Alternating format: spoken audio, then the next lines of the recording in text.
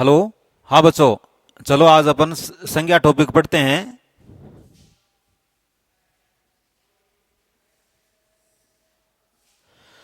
संज्ञा संज्ञा जो शब्द है वह है समय और ज्ञा से मिलकर बना है। सम और ज्ञा से मिलकर बना है, जिसका अर्थ होता है सम्यक ज्ञान कराने वाला।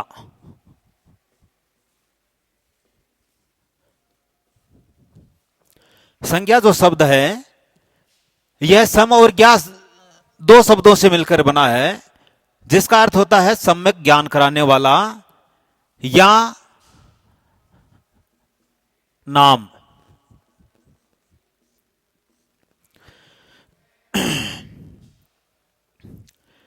और इसकी जो परिभाषा होती है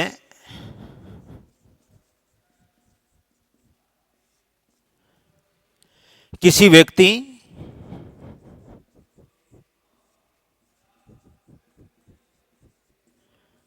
वस्तु, स्थान, दिशा या भाव के नाम को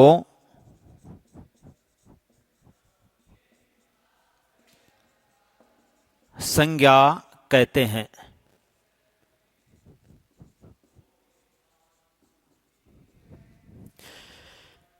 किसी व्यक्ति, वस्तु, स्थान, दिशा या भाव के नाम को संज्ञा कहते हैं। अब किसी भी व्यक्ति का नाम है,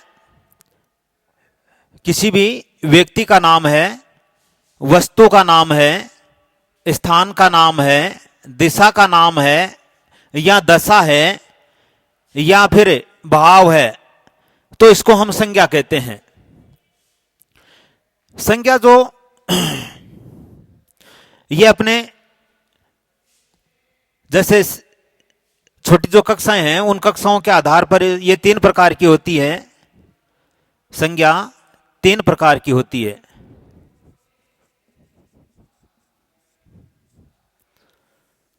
संज्ञा तीन प्रकार की होती है। पहली है व्यक्तिवाचक, दूसरी है जातिवाचक, तीसरी है भाववाचक। इस तरह से संज्ञा तीन प्रकार की होती है। और हम जैसे अपर कक्षाओं में जाते हैं, उच्च कक्षाओं में जाते हैं या बाद में कंपटीशन की तैयारी करते हैं, तो उसमें यह संज्ञा है ये पांच प्रकार की मानी जाती है। पांच प्रकार की।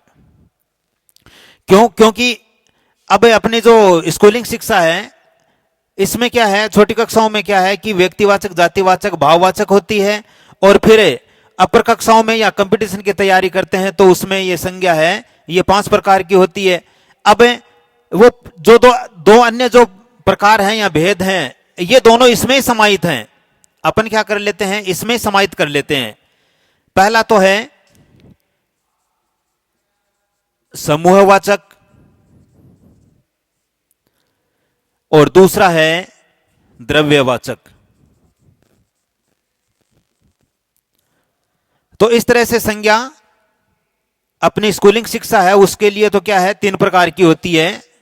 संज्ञा है ये तीन प्रकार की होती है। और अपर कक्षाओं में जाते हैं तो संज्ञा पांच प्रकार की मानी जाती है। तो आज हम संज्ञा के भेद पढ़ेंगे।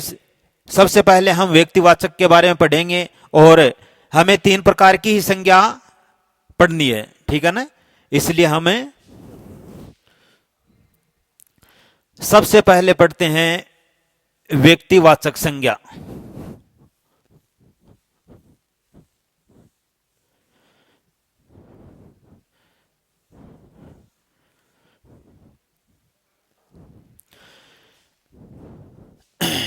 सबसे पहले पढ़ते हैं व्यक्तिवाचक संज्ञा।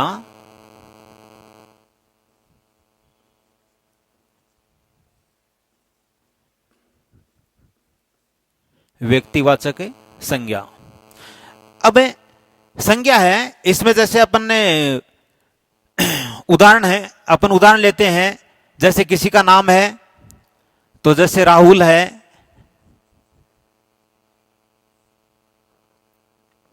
दिनेश है,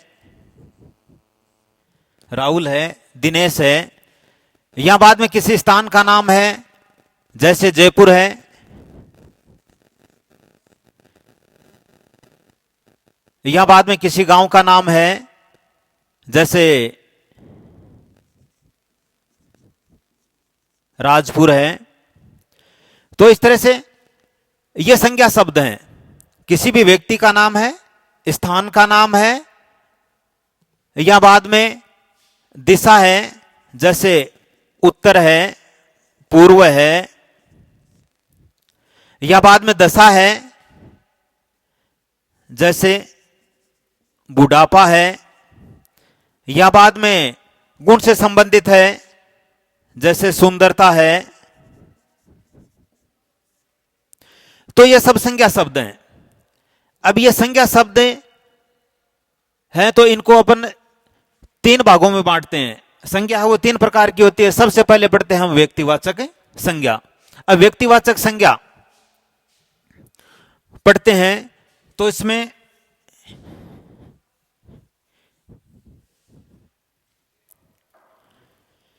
किसी व्यक्ति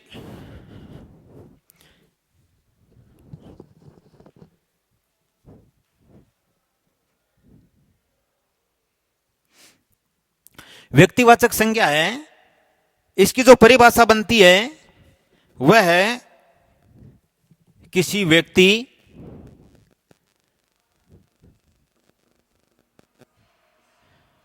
किसी व्यक्ति विशेष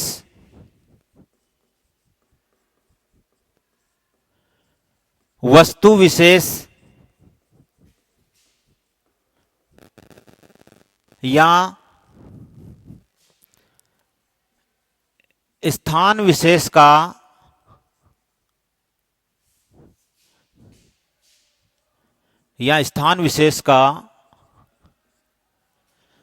बोध होता है, जिन्हें संज्ञा शब्दों से किसी व्यक्ति विशेष जिन्हें संज्ञा शब्दों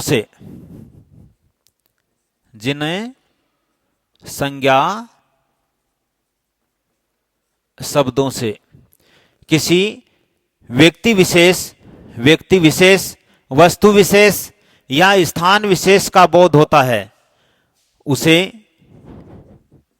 व्यक्तिवाचक संज्ञा कहते हैं। इसे व्यक्तिवाचक संज्ञा कहते हैं। अब किसी व्यक्ति का नाम है,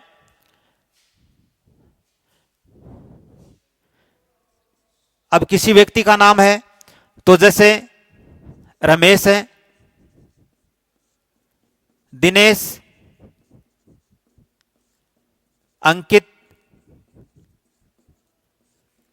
अजय आदि जो व्यक्तियों के नाम हैं तो ये व्यक्तिवाचक संज्ञा के अंतर्गत आते हैं। अब जैसे पर्वतों के नाम हैं,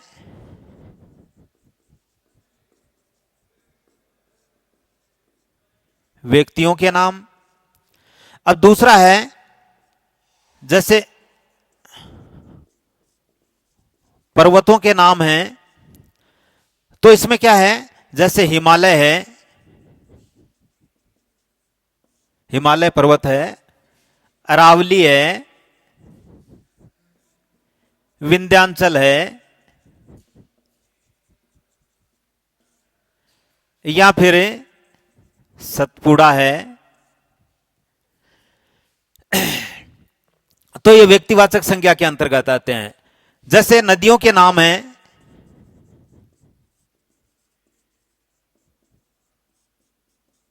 नदियों के नाम हैं, गंगा है,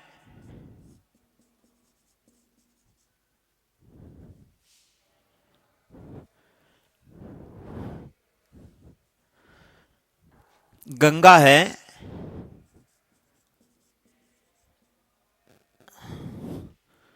सॉरी, सरस्वती,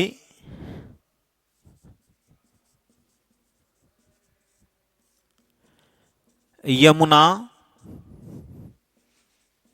चंबल, गोदावरी आदि जो नदियों के नाम हैं, ये सब व्यक्तिवाचक संज्ञा के अंतर्गत आते हैं। फिर है जैसे महीनों के नाम हैं, महीनों के नाम हैं, जनवरी है,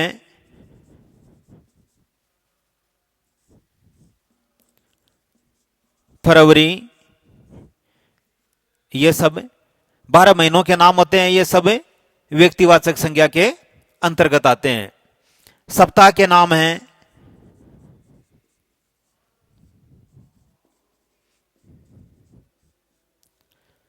सप्ताह के नाम हैं, सोमवार है, रविवार है,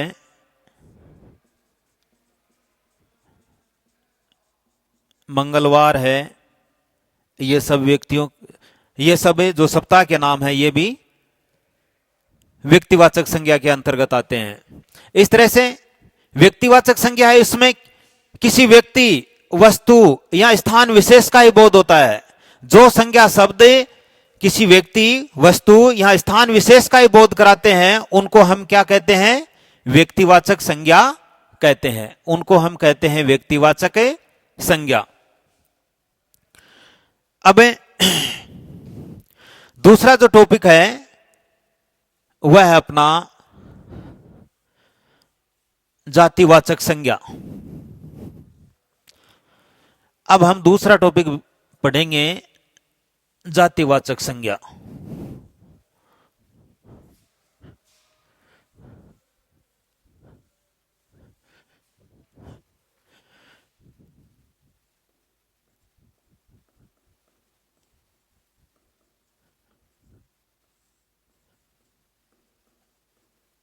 जातिवाचक संज्ञा,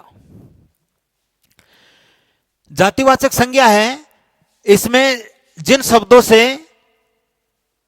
किसी व्यक्ति, वस्तु या अन्य किसी प्राणी की समस्त जाति का बोध होता है, उसे जातिवाचक संज्ञा कहते हैं। तो इसकी परिभाषा होती है, जिन संज्ञा शब्दों से किसी व्यक्ति, वस्तु या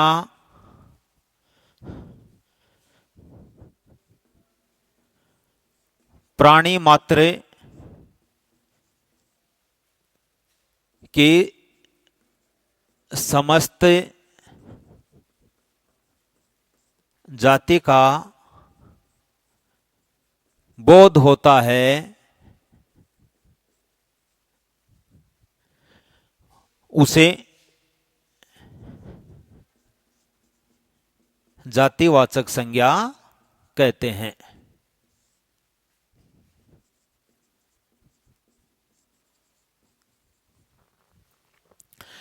जिन संज्ञा शब्दों से, परिभाषा क्या होती है कि जिन संज्ञा शब्दों से किसी व्यक्ति,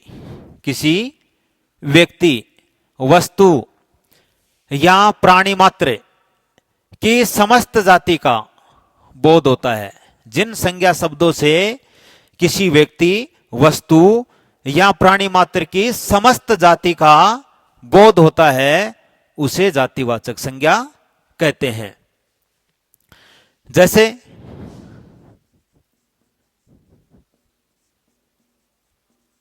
नदी,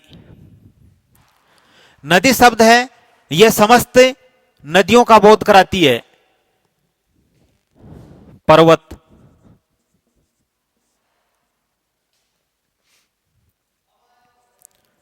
बकरी, शहर, विद्यालय।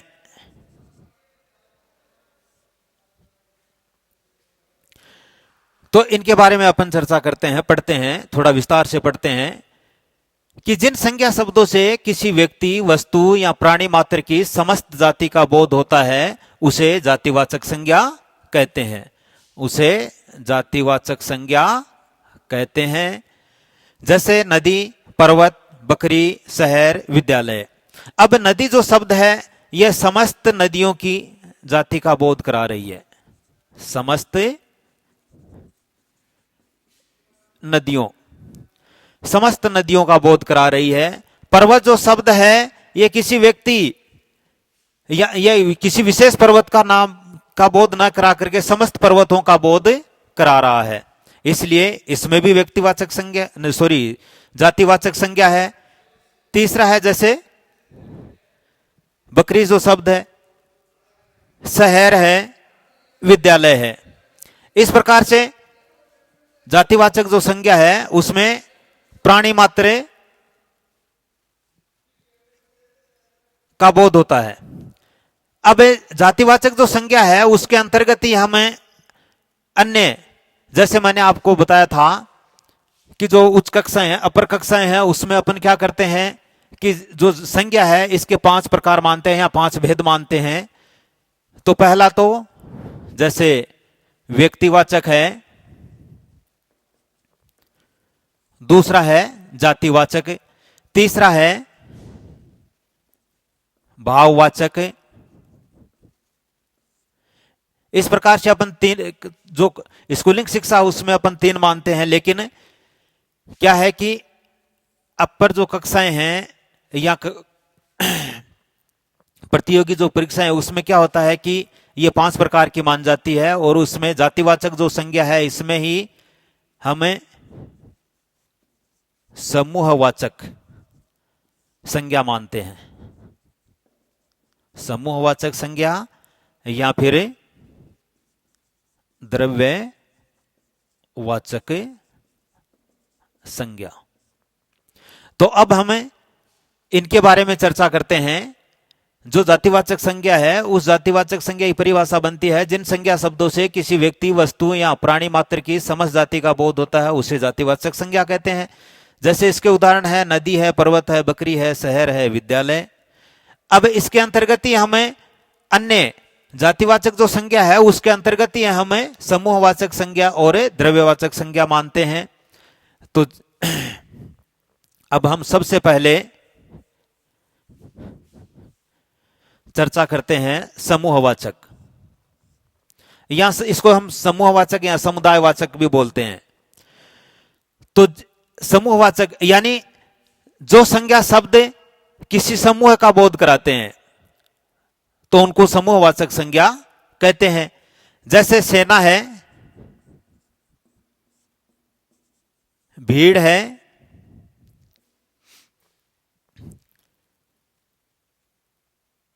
मेला है, या फिर जलसा है, तो ये समूह का बोध कराते हैं। ये समूह का बोध कराते हैं, इसलिए इसको समूहवाचक संज्ञा कहते हैं।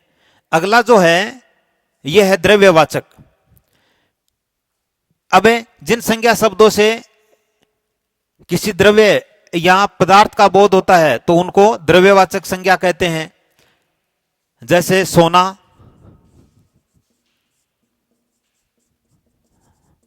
चांदी, पानी, तेल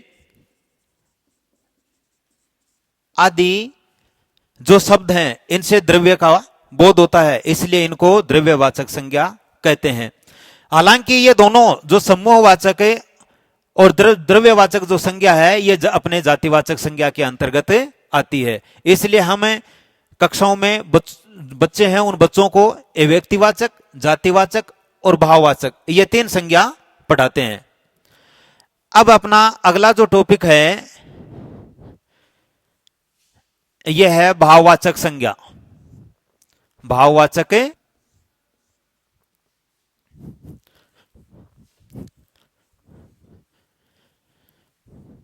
भाववाचक संज्ञा है, इसमें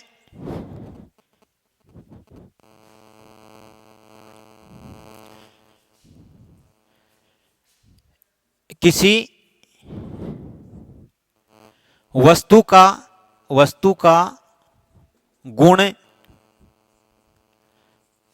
दशा या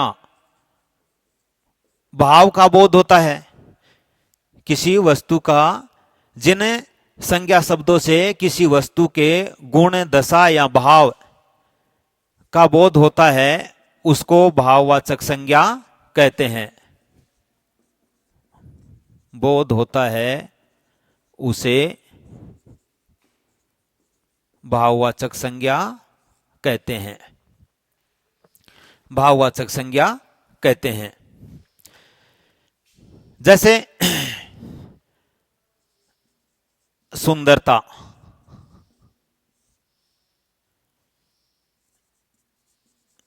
बुढ़ापा, जवानी, गुरुता, निजता, ये भाववाचक संज्ञा के उदाहरण होते हैं। अब जैसे जातिवाचक संज्ञा शब्द है या विशेषण शब्द है, इनसे भी हमें भाववाचक संज्ञा बनाते हैं। जो सर्वनाम है, सर्वनाम से भाववाचक संज्ञा बनती है। जो जातिवाचक संज्ञा है, गुरु है, गुरु से ये गुरुता बन गया। सुंदर है, ये गुणवाचक विशेषण होता है। सुंदर है, ये गुणवाचक विशेषण होता है, तो इसमें ता प्रत्यय जुड़ गया, तो ये सुंदरता बन गया। और ये सुंदरता है, ये भाववाचक संज्ञा है। भाववाचक संज्ञा है।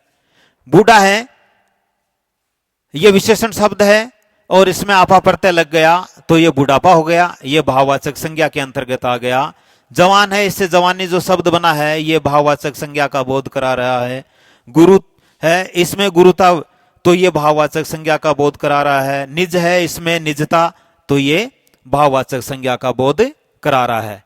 इस प्रकार से ये अपना जो संज्ञा टॉपिक था, यह पूर्ण हो चुका है। और अब हम कल और पढ़ेंगे।